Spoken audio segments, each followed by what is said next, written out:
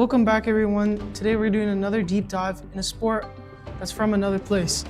So today we're going to be looking at Afghanistan and their national sport of buzkashi, which originally means goat grabbing.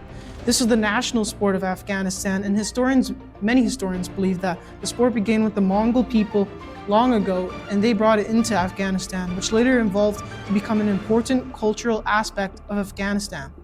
So the game involves two teams of horse riders to compete in grabbing the carcass, so a dead goat, to a scoring area. Both teams can use any means necessary, which includes punching, tackling, whipping, and trampling over other players to grab the carcass, demonstrating a game of true bravery, communication, and teamwork. So the game is played by riders called chapandans.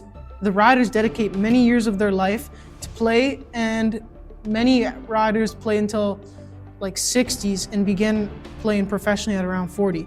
The horses are trained equally and as intensely.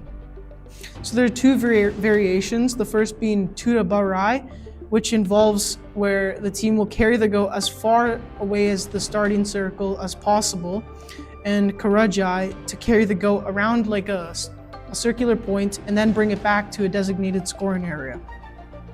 So buzkashi is mainly played in the northern regions of Afghanistan, while still being widely popular over the country. It is just mainly played in the northern regions. Afghans play the sport because it is an important cultural tradition that represents true bravery, teamwork, and horsemanship. Riders can also win many prizes, which include clothing, money, ingredients, and turbans as a reward. So the impact on Afghanistan today of buzkashi remains important in Afghanistan culture. The sport brings together many communities around the country and preserves the old ways of the country for the newer generations to be proud of.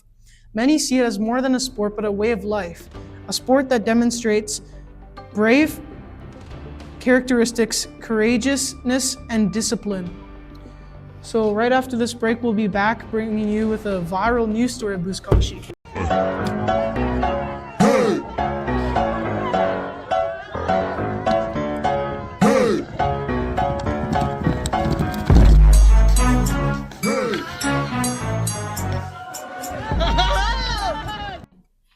Welcome back, everybody, from that break. I hope everyone's doing good. It's getting a bit hot in the studio, so I had to take off my jacket, but we're going to talk about this news story that was going around in 2021.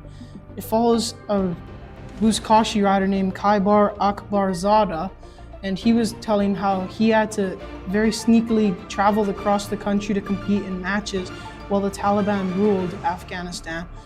The Taliban outlawed buzkashi in most sports and cultural events, and they included persecution and really violent acts towards their own fellow Afghanis. And Khyber says that he felt that even though it was outlawed, that many Afghanistan participators and riders still continue to do matches even though they were about to face persecution, which shows the true bravery, courage, and determination buzkashi players have.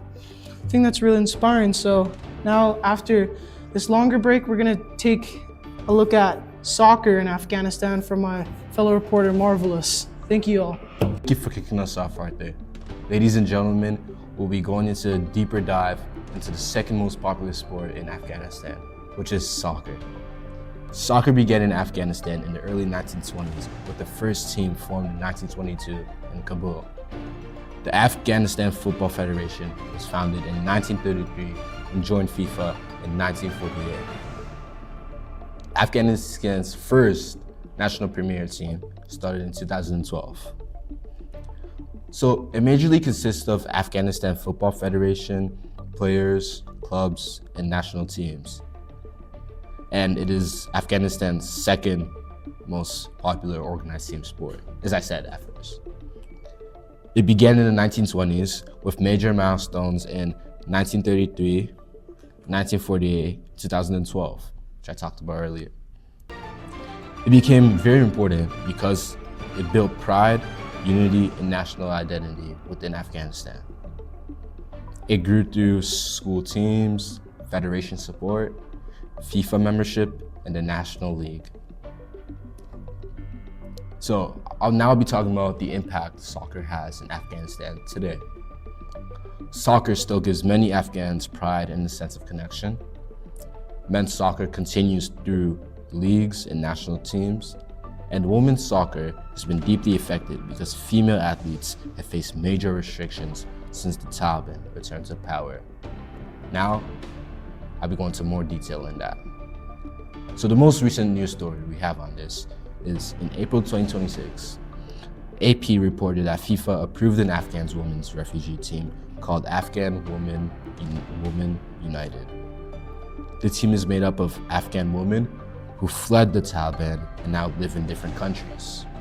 This matters because it allows Afghan women to compete internationally, even though women's sports are restricted inside Afghanistan. Thank you for listening today, and see you tomorrow on Channel 5 News.